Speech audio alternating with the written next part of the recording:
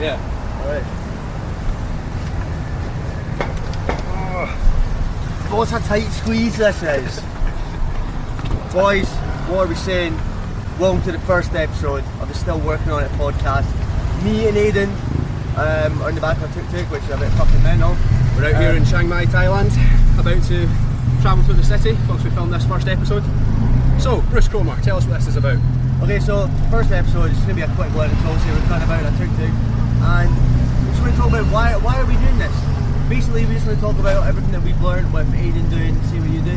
I'm working on a property business. I've got 2 properties back in Scotland, the UK. I've just come back from America where I was overseeing my auntie's 8-figure property business, and I'm now here in Thailand working on the same property business and also a YouTube channel. How about you, Bruce? Okay, so basically we're just talking about our whole experience of what we're doing with business. Like, I'm doing property as well, coaching, also talking about what I do with my dad. So is that still on? Yeah. Okay, so fitness, business and mindset, everything we learn, and we're still fucking working on it, and that's exactly the name of our podcast, because it's showing the journey of us becoming the guys who we're actually out playing the fucking game. So the full idea of this is that we're both 2 mid-20-year-olds come over to Thailand, a thing that a lot of people want to do, and we're here just to show that it can be done. We've not made it yet, we're not doing anything crazy, but we're still working on it. And that's what this podcast is. It's about explaining the story, explaining the journey, and explaining how it can be done. And if you think you're going to get bored of these 2 hosts, don't worry. There's one more coming. Yeah, there's a 3rd host coming tomorrow, but we'll keep that quiet on who that is. Well, we don't even know if we think he's coming tomorrow. Well, hopefully we've got a host coming tomorrow. We've been told we've got a host coming tomorrow. Yeah, from Little Birdies and all that. But the truth will be revealed. And quickly, I want to tell the story of how we came up with the name, Still Working On It. So basically, if you know what my YouTube channel is, blah blah blah blah, my wee slogan is level 100.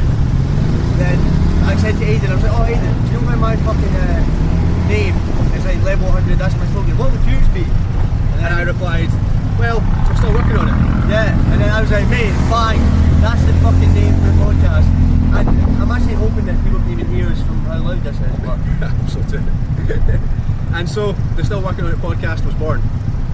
So yeah, I hope you can hear us. We're currently travelling through the streets of Chiang Mai in the back of a tiny tuk-tuk, and this is where we're going to be filming our podcast. We're going to be filming a few here, hopefully travelling to Hua Hin with the 3rd host, get a villa, get some real podcasts going. But for now, we're on a tiny camera, squeezing the back of a tuk-tuk, living life. no, that's the thing. It's like we've been having conversations the other day and noticed that we actually have so much stuff that we should be talking about, like what we're doing with the property, what I've been doing with coaching, Aidan's been doing over in New York, and like even like talking about showing the process of figuring out how we're going to get a villa, and even the visa laws are changing, and like everything that we need to figure out and do with that, and there's just so much stuff happening. And these are all the things that put people off from even starting in the first place. The visa laws changing as they just did last week in November 2025, and the difficulties of starting a property business or any sort of business. A lot of people will be put off and be scared of failure and never even make the jump. But we've made the jump, we're out here, and we're just showing you that it can be done, and showing you that when you get here, you're going to still be working on it regardless. And that's what we're trying to work out. So a lot of people think with property specifically that you need to have a full business set up, you need a business plan, you need lots of money. But really what we're showing, and a big part of this, what probably our next episode will be, is that all you need is one property, and that can develop enough income, as it has for Bruce, for you to live out here in Thailand. And which then gives you time and freedom to actually work on what you actually want to do. For example, Aidan doing YouTube and me doing YouTube as well, and coaching.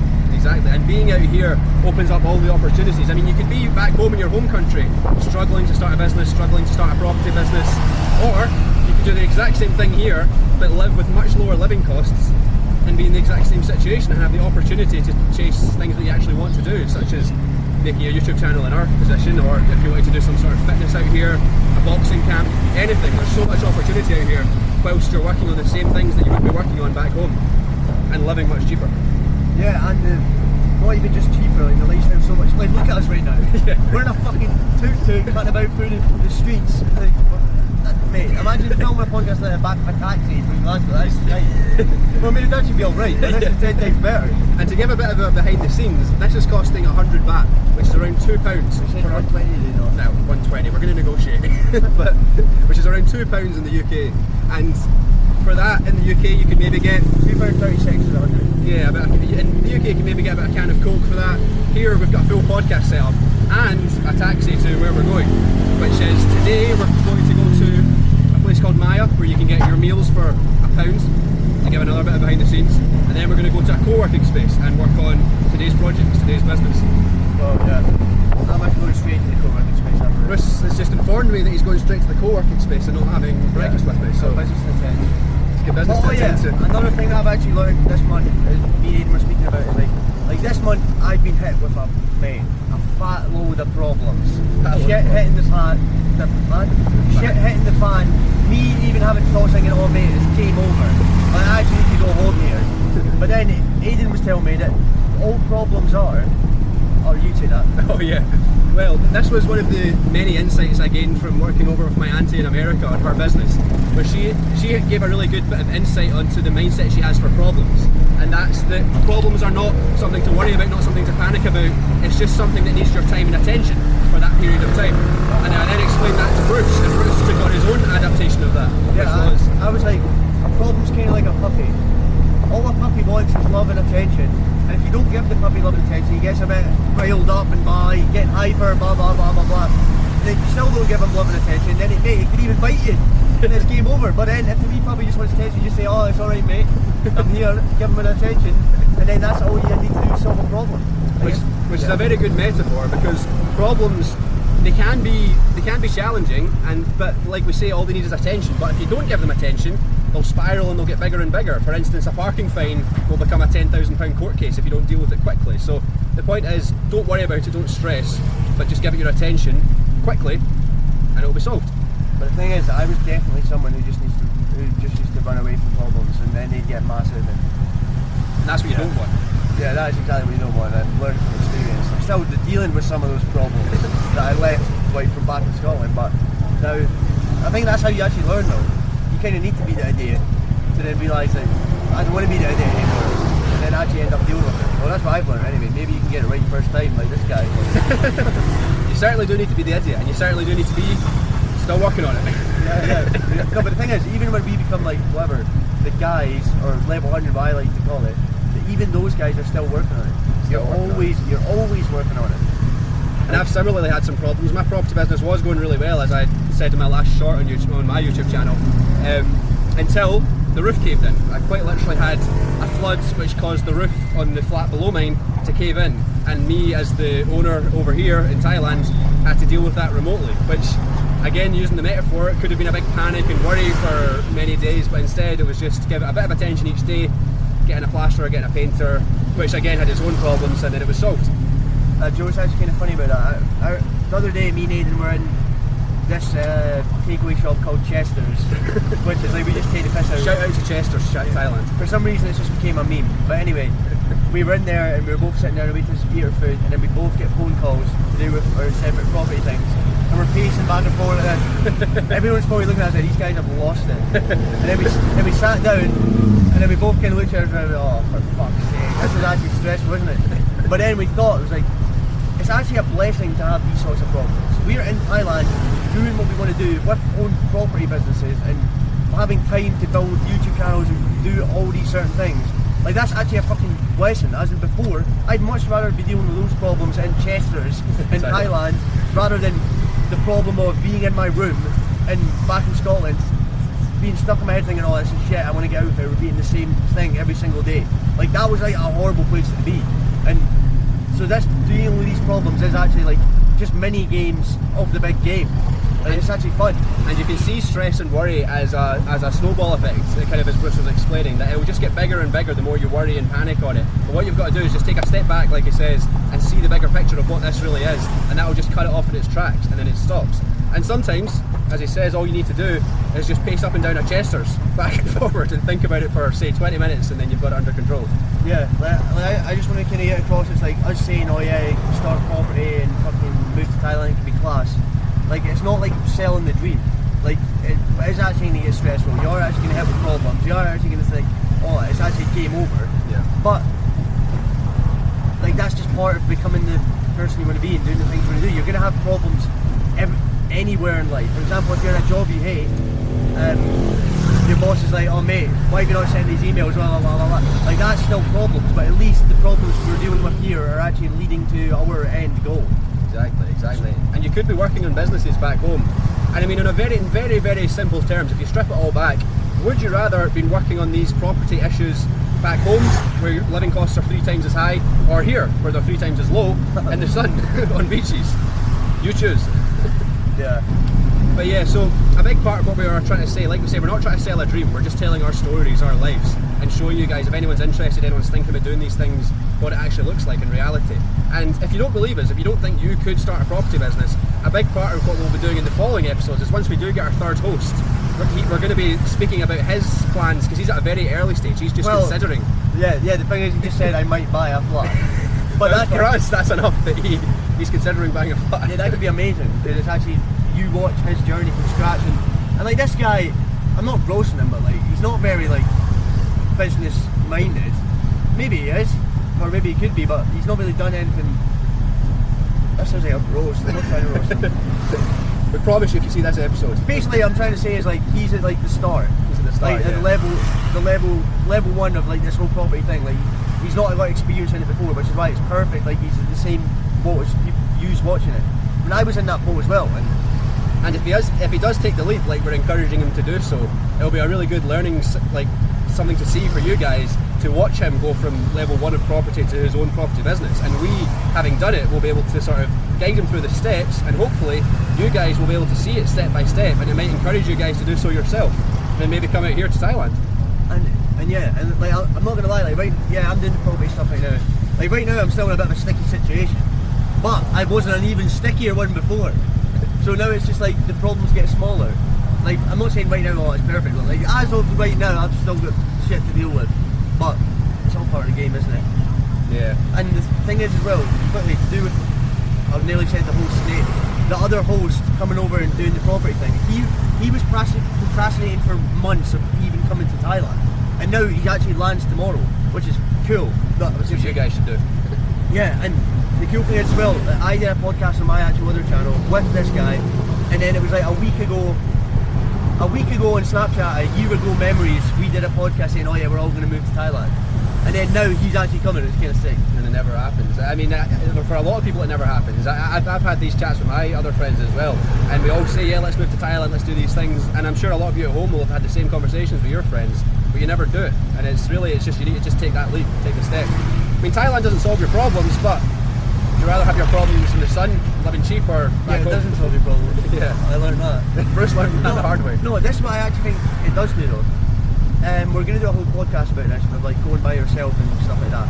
But basically, when you do go solo, which I think you do, it like forces, you get no one to run to.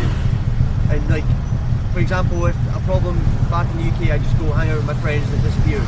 Since you're the only person in the country, the only person you know, you're stuck to sit and deal with them and actually face them. So it's like, it doesn't solve your problems, but it forces you to be like the little knight in the armour and actually face the big scary dragon.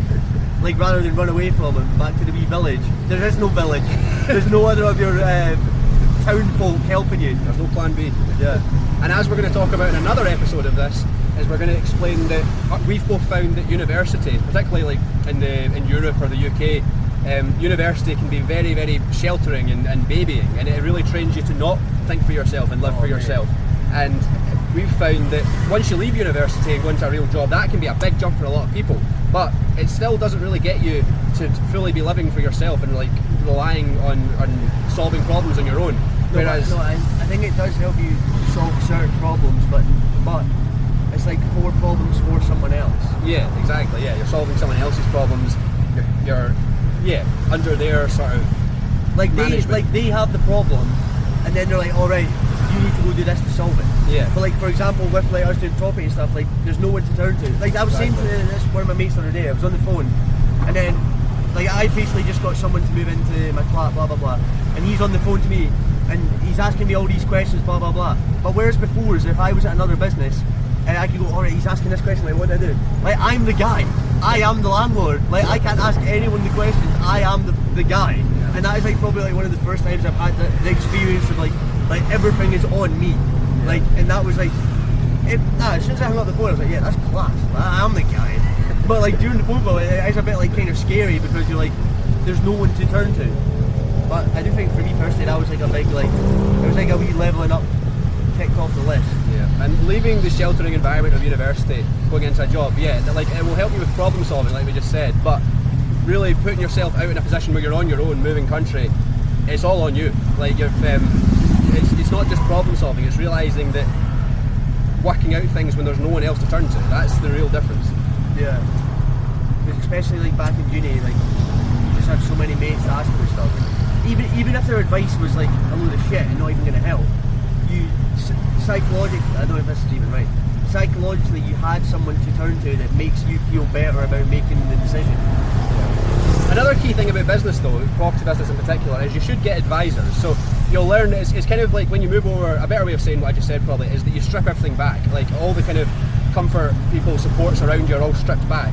And then instead, when you're realising like you're stripped down to like what you have is your resources, you can then start to build your resources. So you can build networks, you can build friend groups, networks, business networks, but particularly in property, you should always try and get advisors. I've found the best way to get an advisor in property. I'm not even there yet.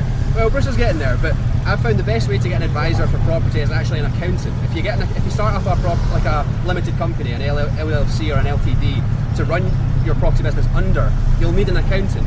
And I was always trying to find, where do you get this advice about how to run your property, how to manage the logistics, the legalities, the ownership, and it turns out the place you go is actually an accountant. An accountant will do your books for you for a set fee a year, which is actually a lot lower than you would think. And then on top of doing your books, they're available essentially year-round, 9 to 5, every day of every working day of the year, for you to ask questions about your property, about your business, because they want to help you, they want your business to do well. So that is actually where you can get a lot of advice. Do you get commission? No, I think they see you as a long-term client. They want you to stick with them as your accountant, because as you get bigger, you can maybe go to a bigger. Yeah, it's their job to make it do well. Yeah, exactly. It's their job to keep you with them. Yeah.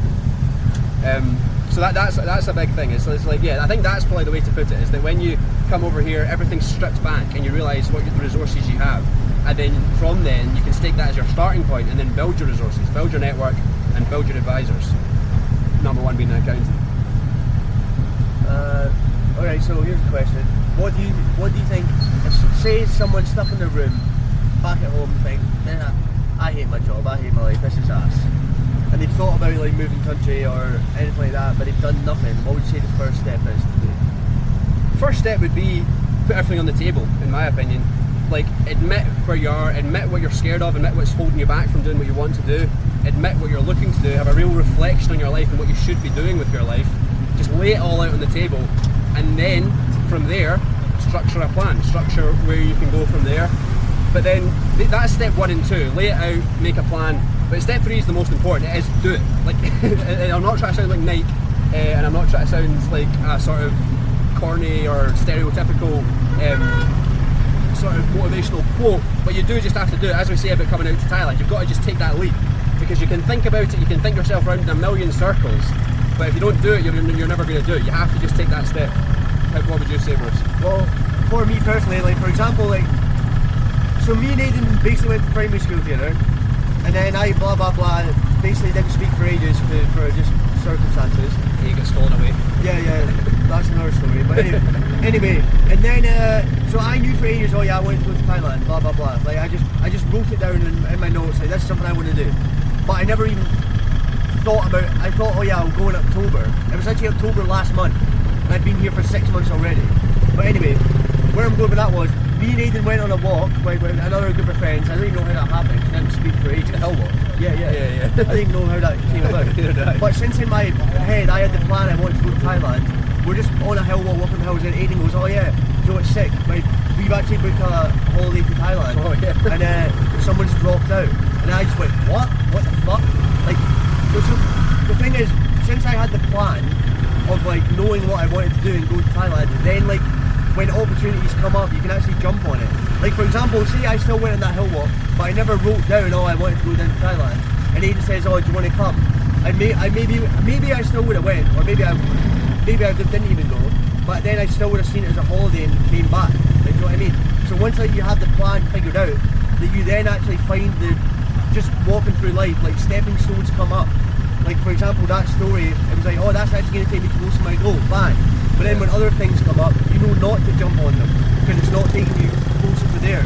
And that's why I feel like so many people, if you don't have a plan, you're just jumping from and you're not actually getting close to the destination.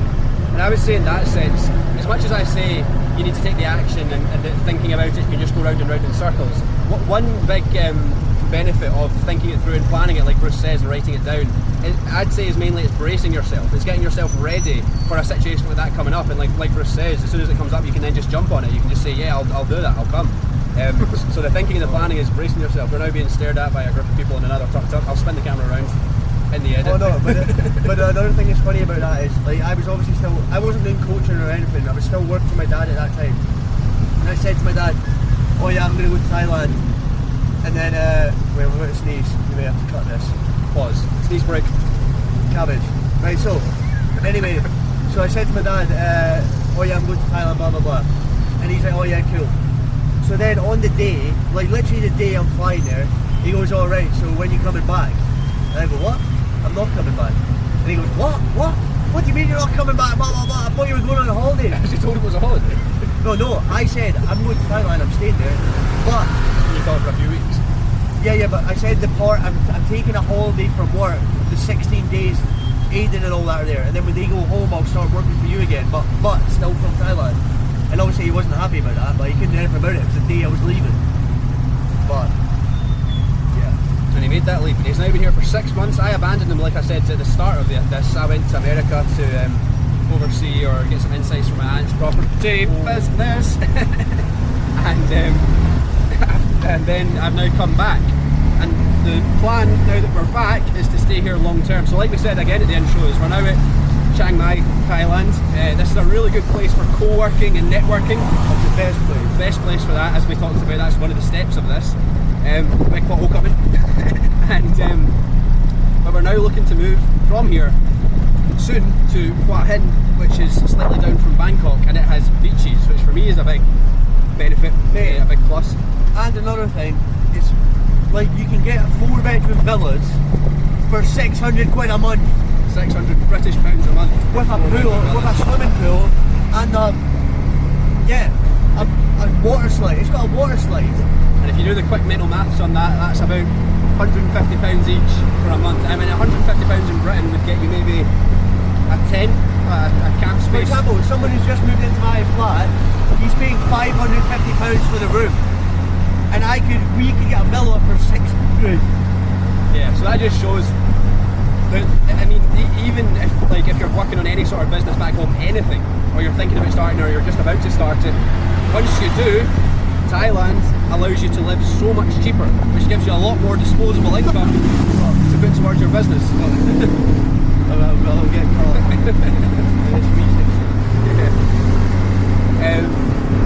A lot more time for your business, and like I say, we're looking to move to Hua Hin.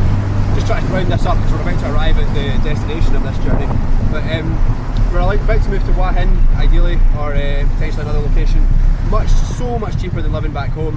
We're going to do the podcast from ideally the roof of the sort of villa that we just talked about, and then try and get a visa long term to stay out here. So that'll probably be another episode on another podcast. Yeah, how we're going about to do that. How we're going to get a visa. The engine's just turned off. You might be able to hear us properly for the first time in this whole video. We're going to be working out how to get a visa, how to stay here long term. It seems like the solution is something called a DTV visa, which we're going to be looking into. Lots of challenges to come with that as well. Yeah, a lot. But before then, you are allowed to come here without a visa, which we've been doing. But they've started to sort of tighten up the rules on that, tighten up the laws. So be a lot more strict for that. Which is fair enough. You can't be just coming in with no visa indefinitely. I have been kind of taking the piss. Yeah, versus been taking the piss. But you are allowed to do that for a few months at a time. So that's what we've been doing up until now. Yeah, it's not illegal. It's not illegal, no. We don't condone illegal activities in this channel. Or no, we do condone. Which is condone good or bad?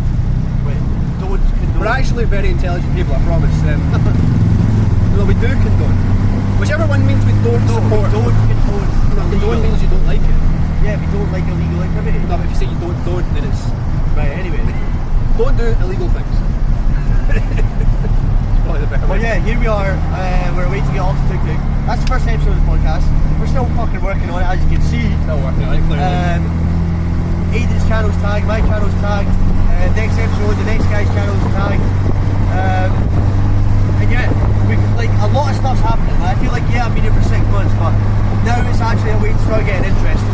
And hopefully we'll have our new host by the next episode. Right, we're just at the shopping centre, we need to pay for this. No, just go, boys, remember to fucking like, subscribe, and yeah, Remember to do that, and yeah. cheers. Cheers, double cheers. Boom. Yeah, it's first the Boys, here we are, shout out to the live, giving us a lift. That's the end of the podcast. Remember to like, subscribe. Who else is doing this in a tuk-tuk? No one. And then look, Aidan's paying There up. you go. That costs like £3. Madness. Anyway, stay tuned for the next episode. Love. Ready? I need to